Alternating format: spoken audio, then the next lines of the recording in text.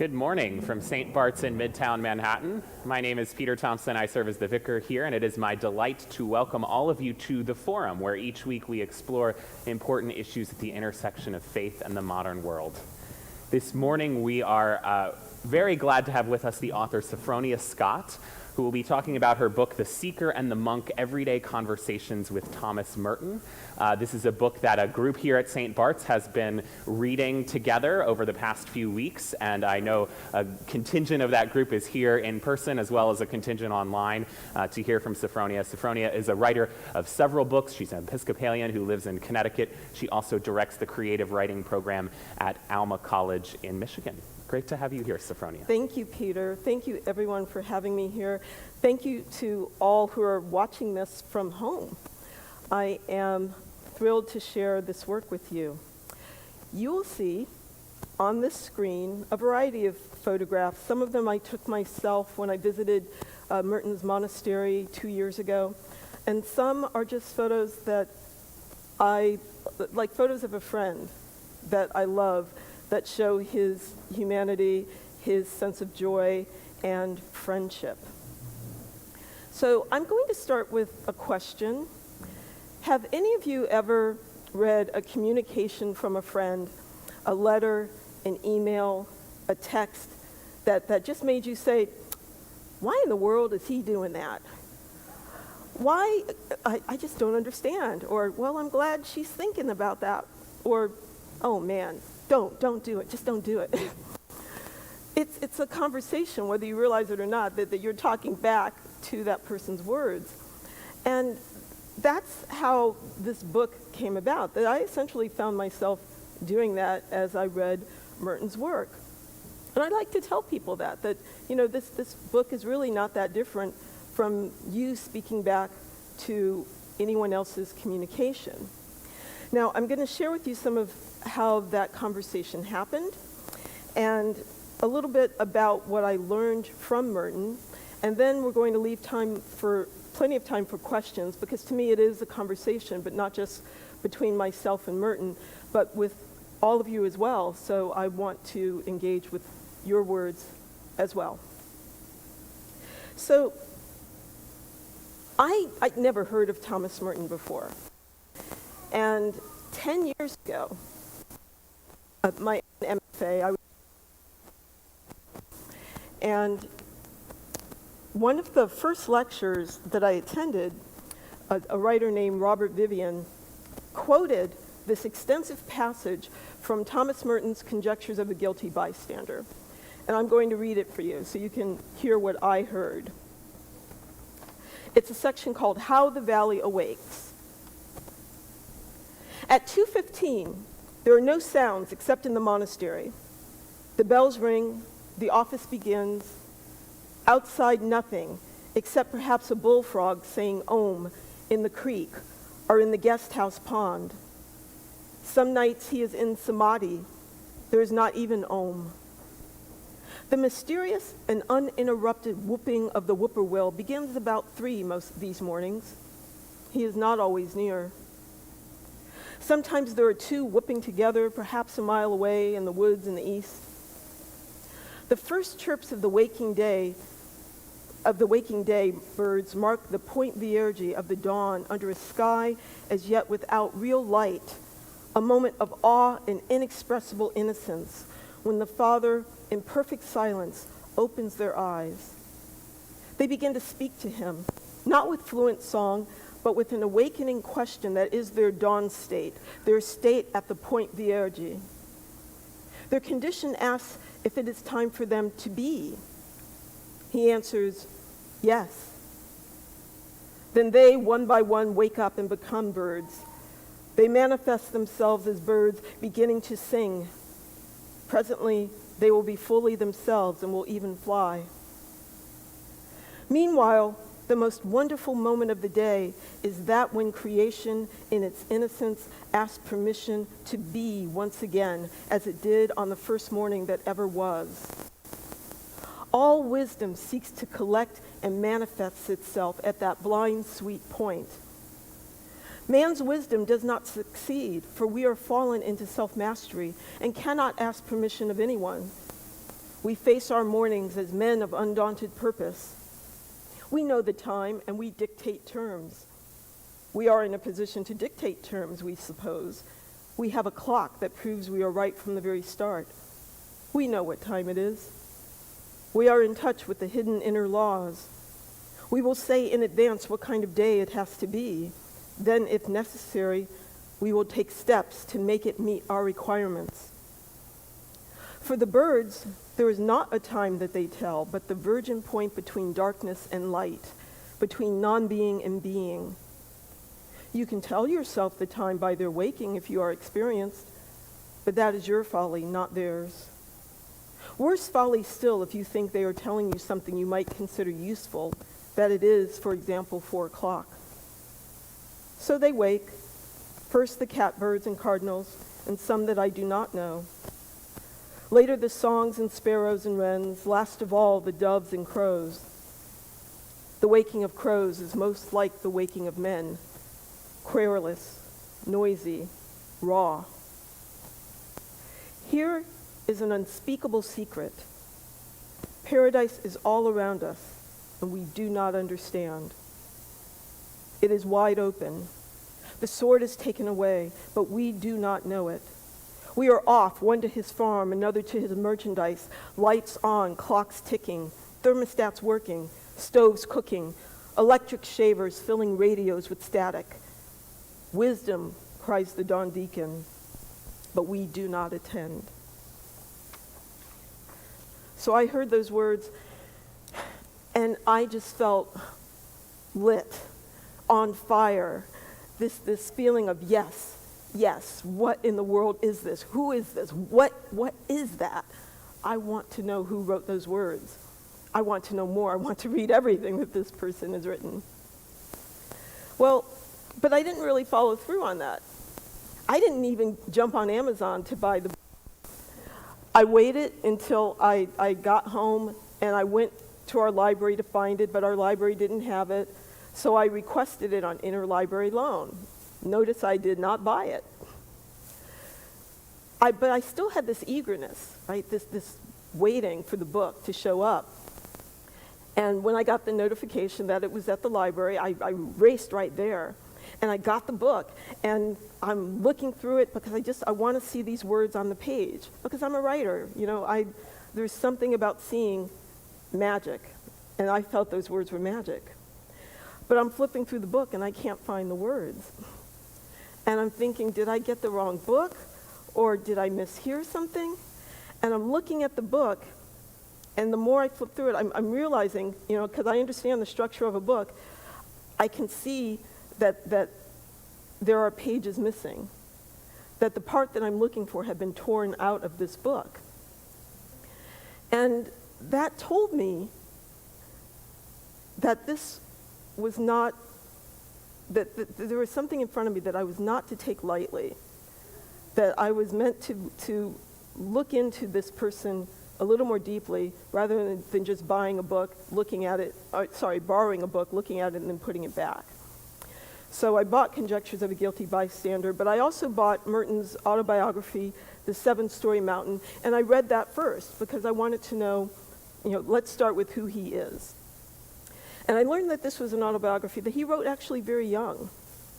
I learned that Merton, born 1915, died in 1968, was the son of artists, but he was an orphan by the time he was 16. His parents died when he was very young. He went off to Cambridge and essentially lived this kind of bad boy existence of drinking and womanizing until he got kicked out and came here to New York City, where he enrolled at Columbia University, and fell in with a tremendous group of friends who became his lifelong friends, but also took courses and reading that led him to really look at how he was living his life, and eventually led to his conversion to Catholicism. And he started thinking about where he was meant to be, thinking about vocation. He taught for a while. He taught English at St. Bonaventure's College, and he volunteered for a while in Harlem, but he felt drawn to the monastery life. And he first tried to become a Franciscan. And there was something about the writing, especially this part of the book, that made me feel like something was missing. And I thought that was just my writing teacher self in overdrive, like, oh, maybe I'm just reading into things. But for some reason, he was asked to withdraw his application to the Franciscans. And I didn't understand that. So I just had this feeling throughout the book that material was missing, or he was equivocating, but just things that he wasn't saying. So I put that aside. I finished the book and started reading Conjectures. And not long after that, I just happened to be in our church library, Trinity in Newtown. And because, I helped with the library, I shelved books and such. And I came across this big, fat biography of Thomas Merton called The 7 Mountains of Thomas Merton, and it was written by Michael Mott. And so I just sat there in the library flipping through this book and learned that Thomas Merton's work, and not just his, anyone who wrote for the Catholic Church, that writing went through a kind of censorship process. So I was not reading into things, that there were in fact things that he wasn't allowed to say, such as the reason he had to withdraw that application was because he told them that he had fathered a child out of wedlock. And that was one of the reasons he'd been kicked out of Cambridge. I also learned in looking at this biography that Thomas Merton kept extensive journals from the time even before he was a monk, and that these journals have been published, 7 volumes in all, and published with the stipulation that they not come out until 25 years after he died. And then I said to myself, oh, this is where I'm going to find the real Thomas Merton. And I started to track down all 7 volumes, and line them up on my bookshelf, and I'm going to read every single one of these. And I discovered a friend. I discovered someone who, yes, he became the most influential Catholic writer of the 20th century, but this person, and a noted, mystic and scholar, theologian, but he was also a young man who attended the World's Fair and complained about the way people looked at art. He was a teenager who roamed about Europe on his own and nearly died from a blood infection. He was someone who fell in love. He was someone who complained about the way the choir sang the psalms sometimes in the monastery. In short, he was a real person. And in reading these journals, it felt like I was engaging with a friend. There were aspects of him that felt very familiar to me, even though we had nothing in common. He had a charisma that reminded me of my 2 brothers. He had a sharp intellect that reminded me of people I'd gone to college with. And sometimes that intellect could be arrogant and annoying, that kind of mansplaining thing. But even that kind of endeared me to him because I wanted to sit and debate with this person. There were times when he reminded me of the distracted mind of my teenage son. And I wanted to be his mother and say, you know better than that. Don't do that. What are you thinking? So in short, he became a friend. And I read these journals as though I was reading a friend and engaging with my life with a friend. Now, I had no intention of writing this book. Never thought about writing a book about Thomas Merton. This was a conversation between me and my friend. I was asked by another friend to be on a panel for the Festival of Faith and Writing, which is a wonderful event, happens every other year at Calvin College in Grand Rapids, Michigan. And as I sat on, I'd never been on a panel, never really discussed Merton in public before, and I'm sitting there on the stage with the other people on the panel, and I'm looking at them, and I realized that I have not studied Merton in the way that they have.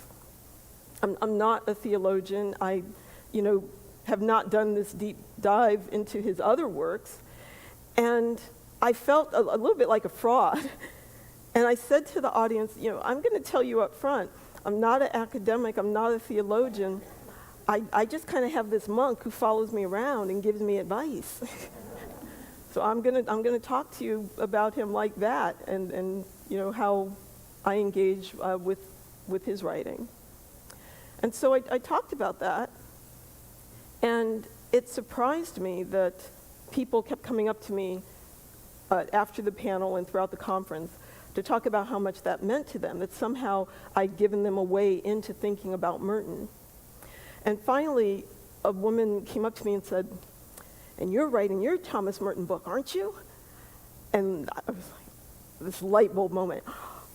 Yes, I am. Right? And if you had asked me the week before, I would have said, no, there are a ton of books written about Thomas Merton. There is no reason for me to be writing about Thomas Merton. But I'm also a writer who recognizes when there's a question that's been unanswered. If people are asking me something, that means that either it's not out in the world or it's not out there in a way that they can connect with it. So suddenly I saw that, okay, I can share this. I can show you about how I think about Merton and what I learned from him, and that's how this book came about. I wrote it over the course of, mostly during the pandemic, in fact, but I had the good fortune to visit the monastery, which I did in December, and this is 2019, so right before the pandemic. I almost didn't go. My mother had died the previous month. It was a tremendously difficult time, full of grief and all sorts of other family things going on, and I almost didn't go. But then something told me that maybe this is where I needed to be. And I went, and I'll tell you more about that in a moment. But when I was going through this work, I decided that the best way to approach it would be to show you how I communicated with him, but also how it connected with just the everyday challenges of what we think about faith, ambition, friendship, love. And there were 3 ways in which I found myself conversing with him. Sometimes I would read his work and it would be a feeling of affirmation, just like when I read that section from Conjectures, this feeling of yes, I'd always thought this, but wasn't sure, but here's someone mirroring back to me something that I'd suspected of the world, and he and I agreed on this. Then there would be times of disagreement, right? When I would read something that he's doing in his journals and say, I don't think you have a real understanding of this, or I wish you had had the experience to explore this in a different way. And then the third way is just learning. There would be times when I would just read something of his or go into his work with a question because I was struggling with something on my own, usually having to do with something like ambition or even race. And I'll talk about that as well. So I'm not going to go through every section in the book because, as I said, I want us to have time to talk. But in a situation such as an affirmation, right? So one of the affirmations that I got from Thomas Merton had to do with friendship. And I'd always sensed that some friends are different than others, right? And I actually got a bit of a confirmation on that when I spoke to, I interviewed a long time ago Sister Helen Prejean, the nun who wrote Dead Man Walking.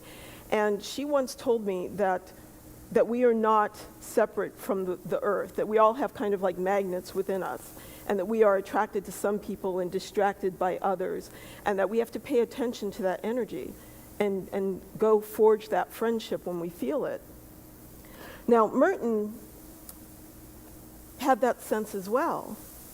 When he was, and this is before he became a monk, when he was in Harlem working with the people at Friendship House, this was a a charitable organization where he would go and do things like sort through clothes, help watch children, do food donations, that sort of thing. And he wrote about being with these people. He said, I needed this support, this nearness of those who really loved Christ so much that they seemed to see him. I needed to be with people whose every action told me something of the country that was my home. Just as expatriates in every alien land keep together, if only to remind themselves by their very faces and clothes and gait and accents and expressions of the land they come from. So Merton knew that connection with people was a very important aspect of faith, right? But it couldn't just be any friend, right? It couldn't just be any group of people. And that's not a bad thing, right? When I think about Sex and the City, for example, and those four women having that tremendous friendship, but is that the same group of people where you could go and say, I had this thought about my vocation, my sense of vocation, what God might want me to do in the world. I'm not sure that you have that sort of conversation over Cosmopolitans, right? Sitting with your friends on a Saturday night. But you do need a certain friend, a certain kind of friend, in which you can have those conversations. And I realized that Merton understood this when he was writing. By the way, Merton wrote tons of letters. If anyone struck him or if a thought inspired him, he would somehow, and this isn't just a matter of Googling someone, right, and finding their email address. He somehow would track down their contact information. He would have to get permission to write such a letter from his superiors and sit down, type up a letter, and get it mailed. And yet he managed to maintain so many friendships through correspondence. And one of those friendships was with the writer Boris Pasternack, the author of Dr. Zhivago. And there was a connection between the two of them. Merton wrote to him, with other writers, I can share ideas, but you seem to communicate something deeper. It is as if we met on a deeper level of life, on which individuals are not separate beings, as if we were known to one another in God.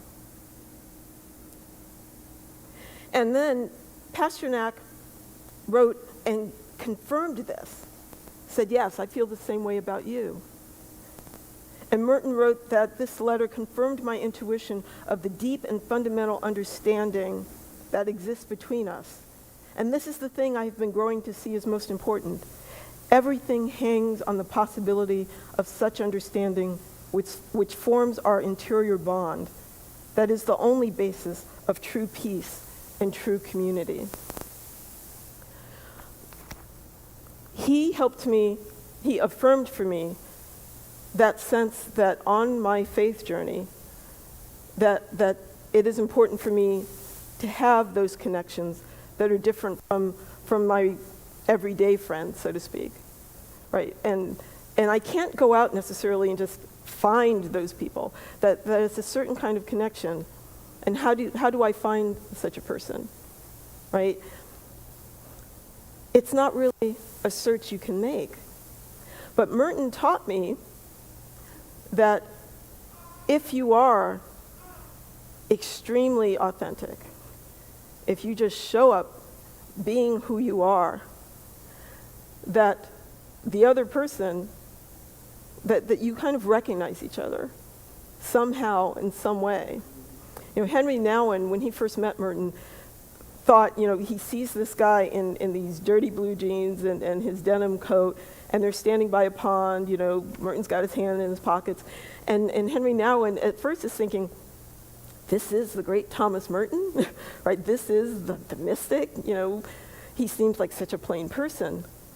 But in conversing with Merton, he's realizing that is the wonder of him. This very, again, human person who's just being himself, showing up authentically 100%, engaging with the world on his just very much him, right?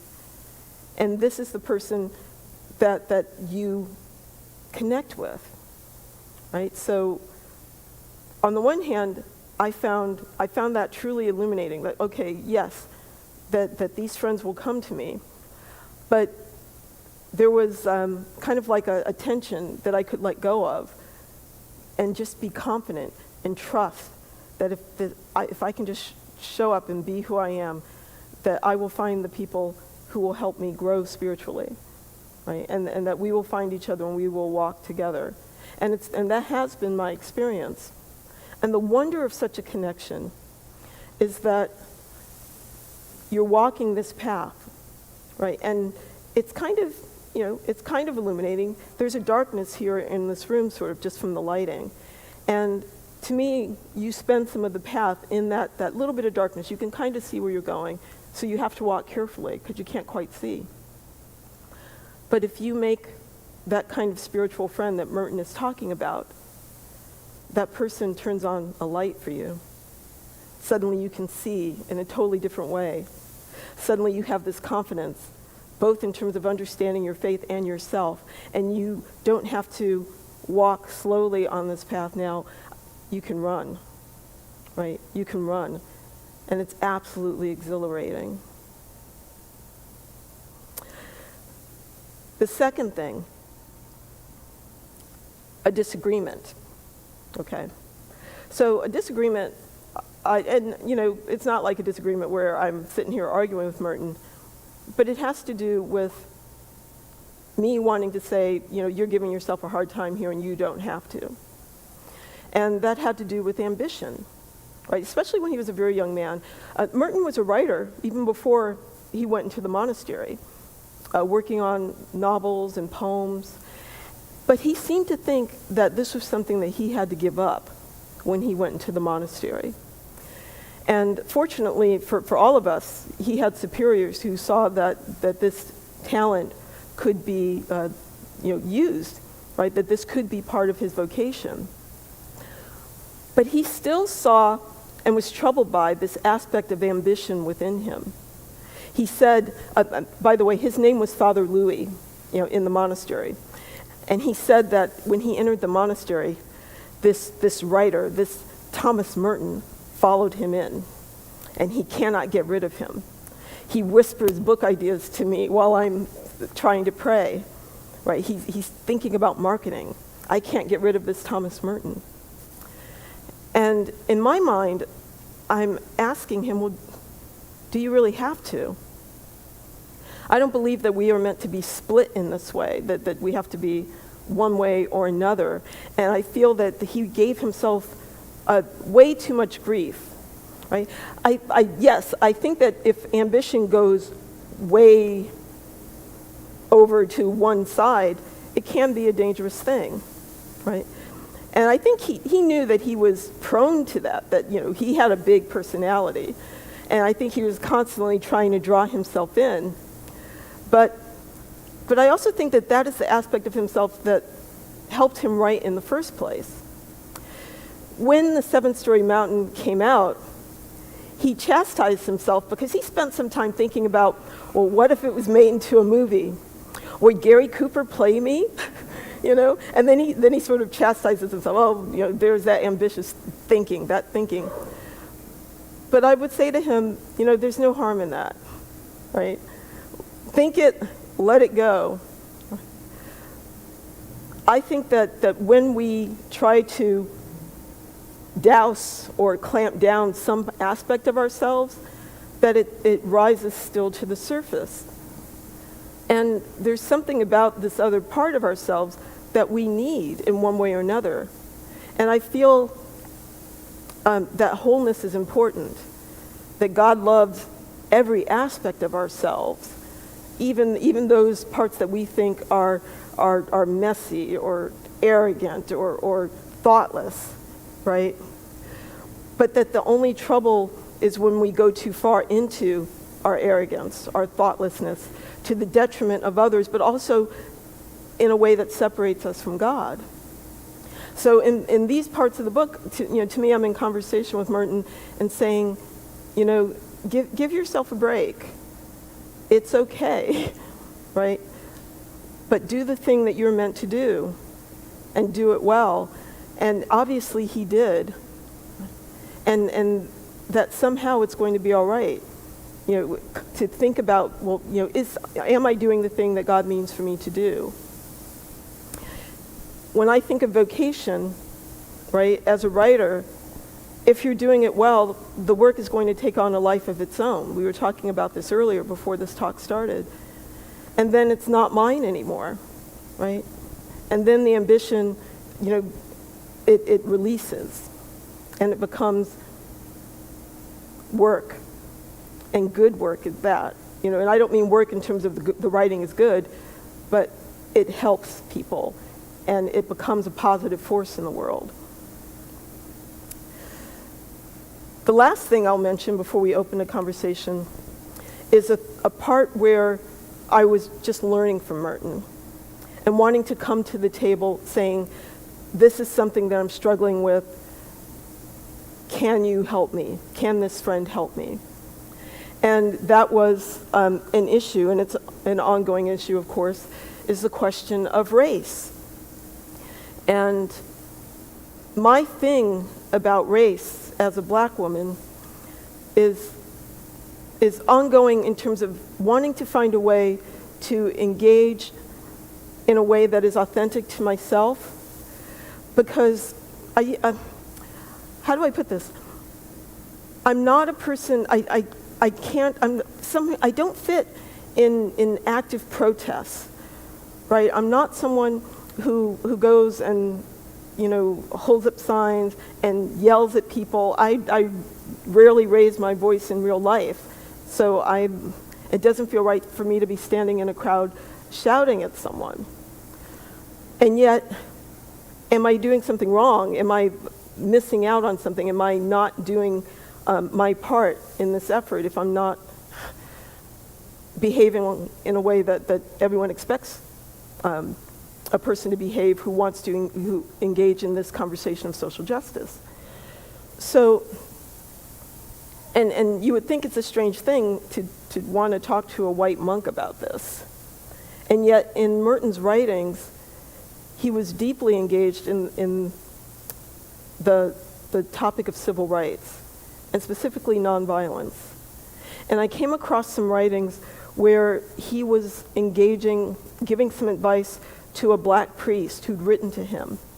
And this young black priest was taking issue with his treatment in the Catholic Church. He was asking Merton's advice because he wanted to go and kind of have an angry discussion with his bishop over things such as, white congregants who don't want to call him father, being involved with parishes, knowing that there are Catholic parishes that would pay to have a black person sent to another parish because they didn't want the black person worshiping in their church.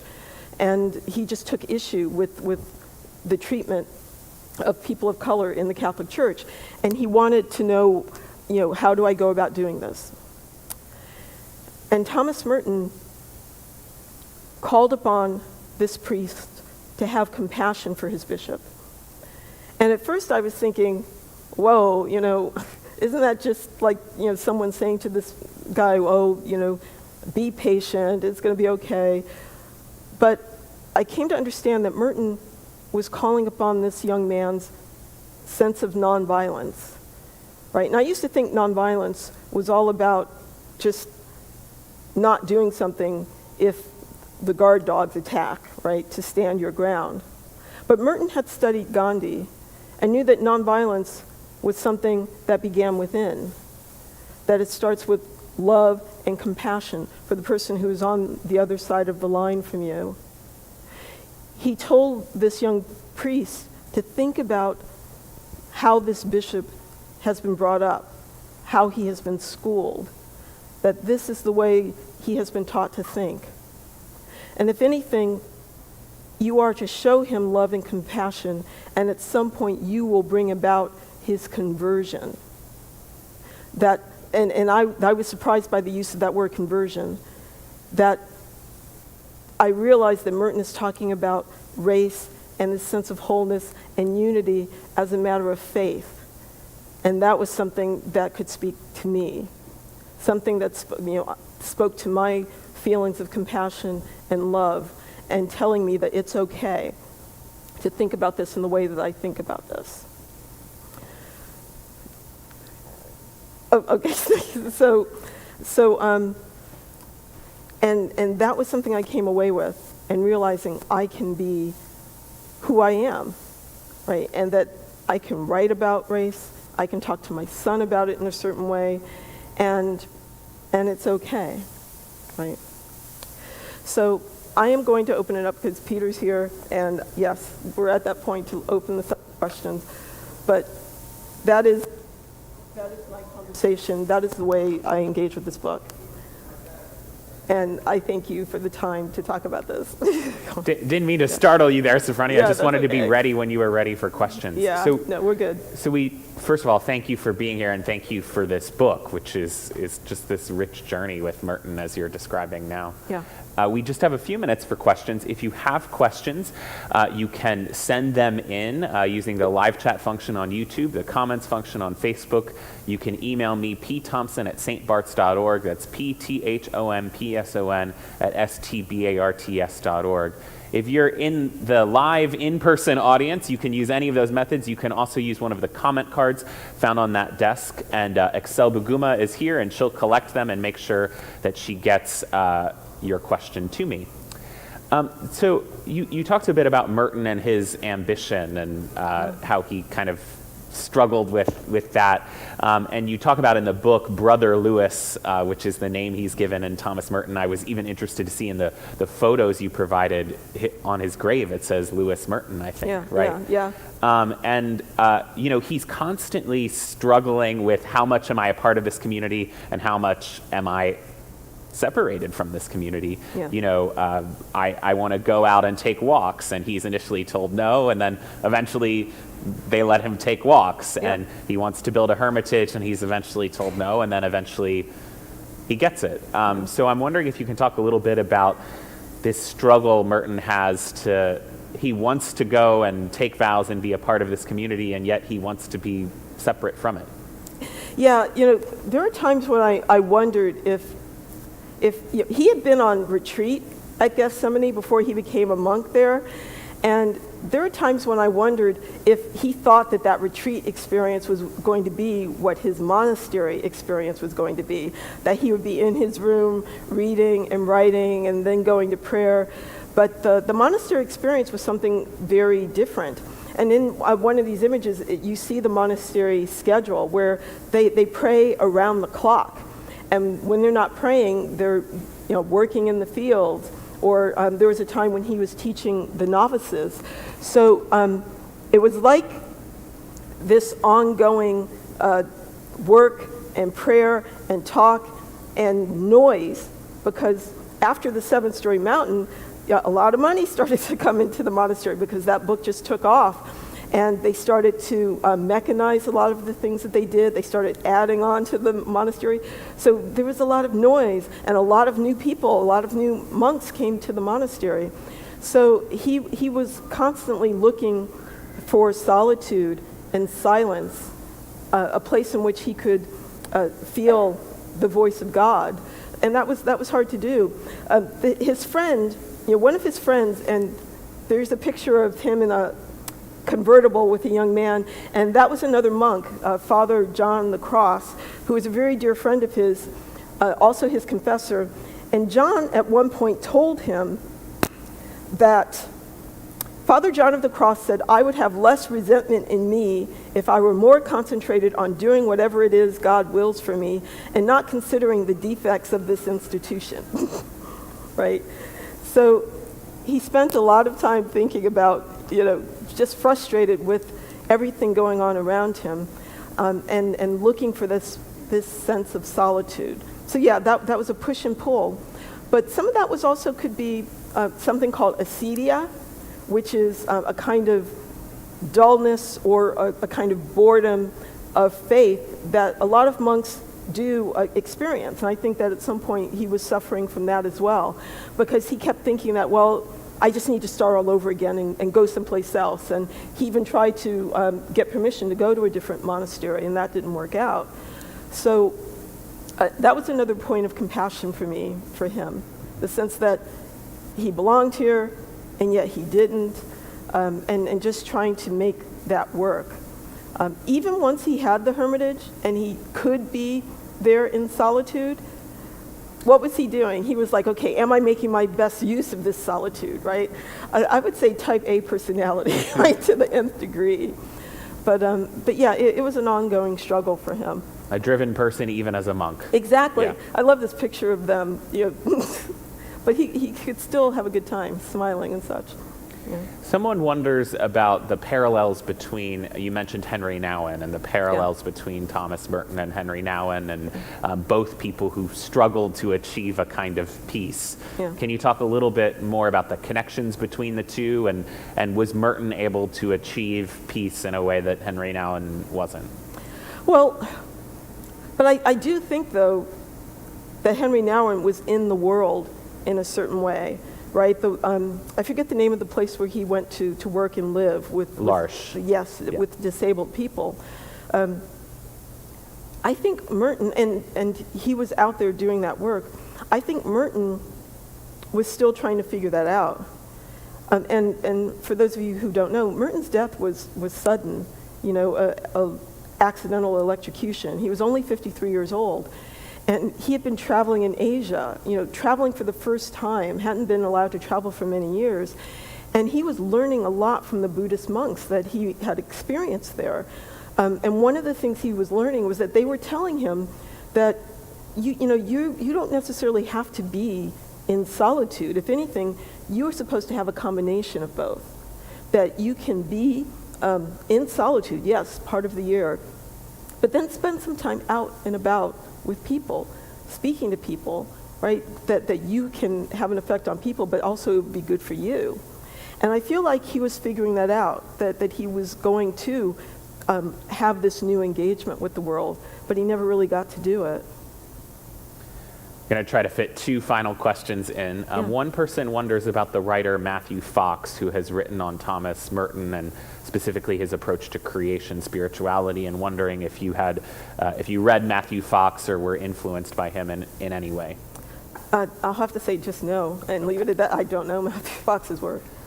Apparently he's written about Merton's creation spirituality and has also kind of pushed back. He used Merton's writings to push back against Cardinal Ratzinger before he became Pope Benedict. Okay. The final question, someone wonders, what surprised you most in this journey with Merton? What did you encounter that you didn't expect to encounter? Well, it's not expected, but not in the way that people think. So Merton had back surgery in the spring of 1966, and he fell in love with one of the nurses attending him. Now, some people are surprised and shocked by this, but that was not what surprised me. What surprised me was in reading his journals. If you read his journals in the months before this back surgery, it's very dark. He is in pain. He is thinking a lot about death. And just in a very low place in his life. When he prepares to go for this surgery, he's clearing things up and packing up as though he might not come back, right? That's how much like death is on his brain. He meets her, he calls her M, by the way. He meets her, and then in May, June, suddenly the whole tenor of his writing is different. He is giddy. He is excited about life again. He's probably still in pain, right? He's recuperating from back surgery. And yet you don't hear a thing about that back surgery. He's writing poems for her. He's writing this whole other journal because he wants her to have the story of their love. And to me, that surprised me in that it told me something new about the transformative power of love. That's how I see that. And it even made him rethink the way he was as a young man. It makes him realize that, that there were probably young women who loved him, and he didn't trust it enough. He realizes, even in becoming a monk, that he gave up an aspect of his life before he even truly understood it. Even after he had to stop seeing her, he was writing about love and commenting on how we fall in love and how we've created it as a kind of marketplace that damages our self-esteem. I found that surprising and exciting and extremely powerful, that he was willing to understand this aspect of his life, which he could have very easily have seen as embarrassing. And sometimes he did, but he knew that it was important and that he had to write about it. So that was exciting and surprising to me. Unfortunately, we have to leave it there. Sophronia, it's been great to have you at St. Bart's. Thank you. The book is The Seeker and the Monk, Everyday Conversations with Thomas Merton. And I should have mentioned at the beginning, it was the winner of the 2021 award from the Thomas Merton Society, correct? Yes. So it's been a great honor to have you here. Thanks so much, Sophronia. Thank you.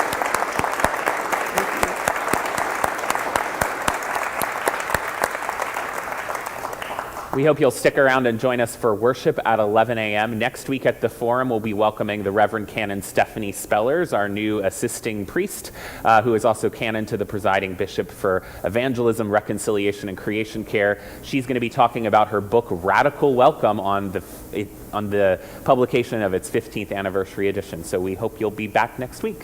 Thank you so much. Thank you.